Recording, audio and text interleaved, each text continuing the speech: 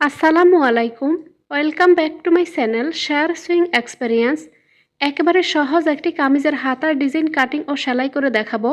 নতুন এই কামিজের হাতার ডিজাইনটি নতুনরা একবার দেখলে খুব সহজে তৈরি করে নিতে পারেন। তো এখানে জামার এই হাতার ডিজাইনটি আমি কামিজের হাতার জন্য তৈরি করেছি। আপনারা চাইলে যে কোনো হাতার মধ্যে এভাবে ডিজাইনটিকে তৈরি করে দিতে পারেন। কামিজের হাতার মাপ অনুযায়ী এখানে আমি কাপড় দুটিকে কেটে নিয়েছি। তো এখানে দুটি হাতার কাপড় একসঙ্গে আছে। ডিজাইনটিকে একসঙ্গে এখানে আমি দুটি হাতার মধ্যে এখানে কেটে দেখাবো। তো এখানে কাপড়টিকে আমি 4 ভাঁজ করে নিয়েছি। এবার আমি এখানে কিভাবে ডিজাইনটি তৈরি করে নিব সেটি আপনাদেরকে একেবারে সহজভাবে দেখিয়ে দিব।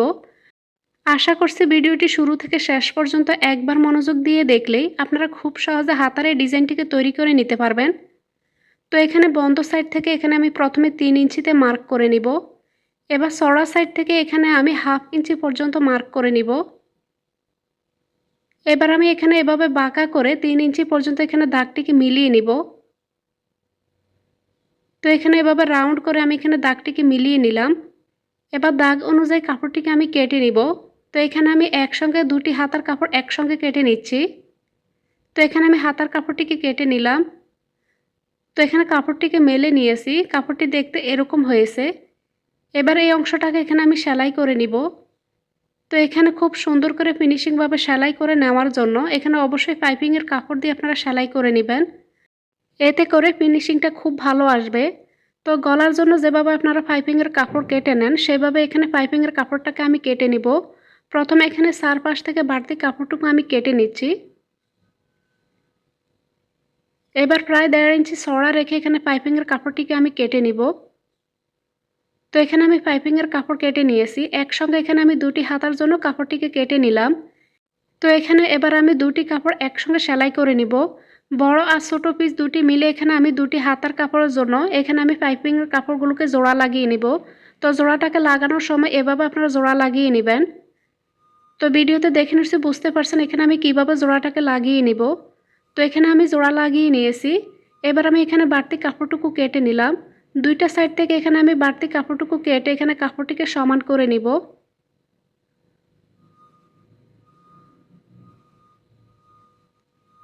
তো এখানে পাইপিংয়ের কাপড়টি মোট লম্বা থেকে আছে 24 ইঞ্চি পর্যন্ত। এবার আমি এখানে নিয়ে নিলাম পেস্টিংয়ের কাপড়। তো এখানে পেস্টিংয়ের কাপড় যখন আমি ব্যবহার করি তখন এখানে ছোট ছোট বেশ কিছু কাপড় বেঁচে যায়। সেই কাপড়গুলো ফেলে না দিয়ে এভাবে আমি ছোট ছোট করে চিকন করে কেটে নিয়েছি। এবার এই কাপড়গুলোকে এভাবে আমি বিছিয়ে নিব। আর দুইটা সাইড থেকে কিছুটা অংশ খালি রেখে এখানে আমি পেস্টিংয়ের কাপড়গুলোকে আয়রন করে নিব। আয়রন করে নেওয়ার পর কাপড়টিকে এখানে দুইটা সাইড থেকে এভাবে ভাঁজ দিয়ে আমি আবারও আয়রন করে নিব। এতে করে পরবর্তীতে সেলাই করে নিতে সুবিধা হবে। যারা খুব সহজে সেলাইয়ের কাজ শিখতে চান তারা চাইলে আমার চ্যানেলটি ভিজিট করে দেখতে পারেন। খুব সহজে ঘরে বসে কিভাবে আপনারা ছোটদের এবং বড়দের বিভিন্ন ধরনের ডিজাইনের জামা তৈরি করবেন সেই সঙ্গে সেলাইয়ের বেশ কিছু টিপস আর ট্রিক্স আমার চ্যানেলে শেয়ার করা আছে।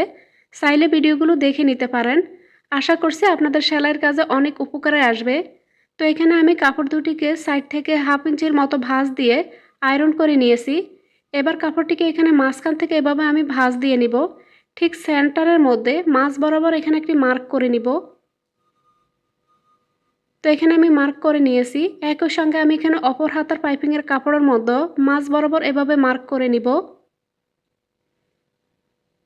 এবার পাইপিংয়ের কাপড় এই দুটিকে আমি এখানে সেলাই করে দেখাবো। তো এখানে দুটি পাইপিংয়ের কাপড় এখানে দুটি হাতার জন্য রেডি করে নিয়েছি। মার্ক করে নেওয়া অংশটিকে এখানে আমি গোলাকৃতি করে যেভাবে আমি কেটে নিয়েছি তো এখানে মাঝ বরাবর এভাবে দাগটিকে মিলিয়ে আমি সেলাই করে নিব। তো এখানে হাতার মুহুরি সাইডে এভাবে আমি মার্কটিকে করে নিব।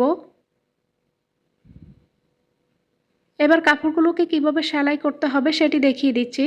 প্রথমে এখানে হাতার অংশে এখানে সেলাই করার আগে উল্টো সাইড থেকে এখানে মুহুরি সাইডে এখানে ভাঁজ দিয়ে সেলাই করে নিব।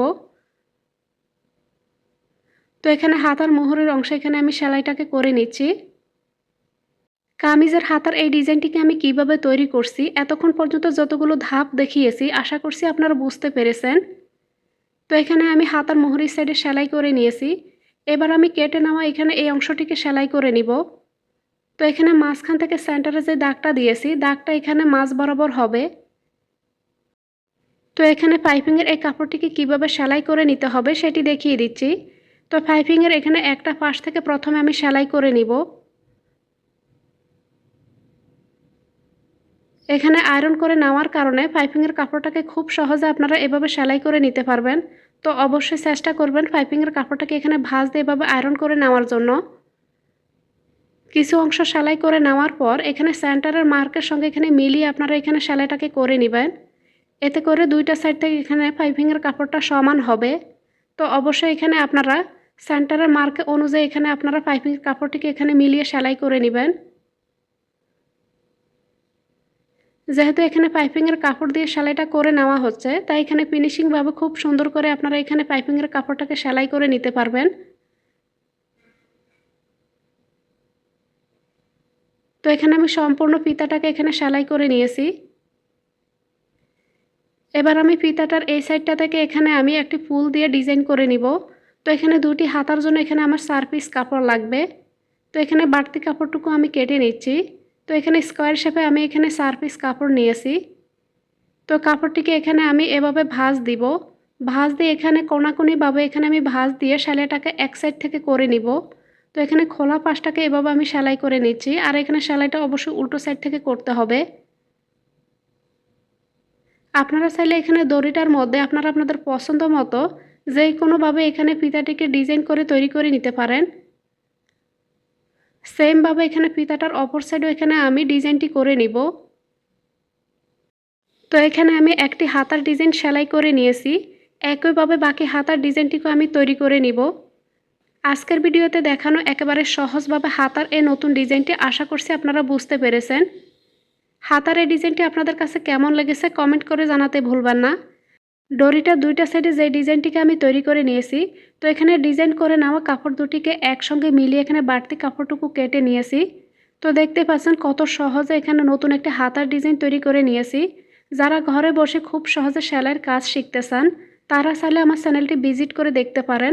আমার চ্যানেলে আমি যতগুলো সেলাইয়ের কাজ দেখিয়েছি, চেষ্টা করেছি একেবারে সহজভাবে আপনাদের সঙ্গে শেয়ার করার জন্য। আশা করছি নতুনরা একবার দেখলে ভিডিওগুলো খুব সহজে বুঝতে পারবেন। কামিজের হাতার নতুন এই ডিজাইনটিকে আরও ফুটিয়ে তোলার জন্য এখানে ফিতাটিকে আমি ভাঁজ দিয়ে একটি ফুল লাগিয়ে নিব। আশা করছি একেবারে সহজভাবে দেখানো কামিজের হাতার এই ডিজাইনটি আপনাদের অনেক ভালো লেগেছে। ভিডিওটি শেষ পর্যন্ত দেখার জন্য সবাইকে অনেক ধন্যবাদ।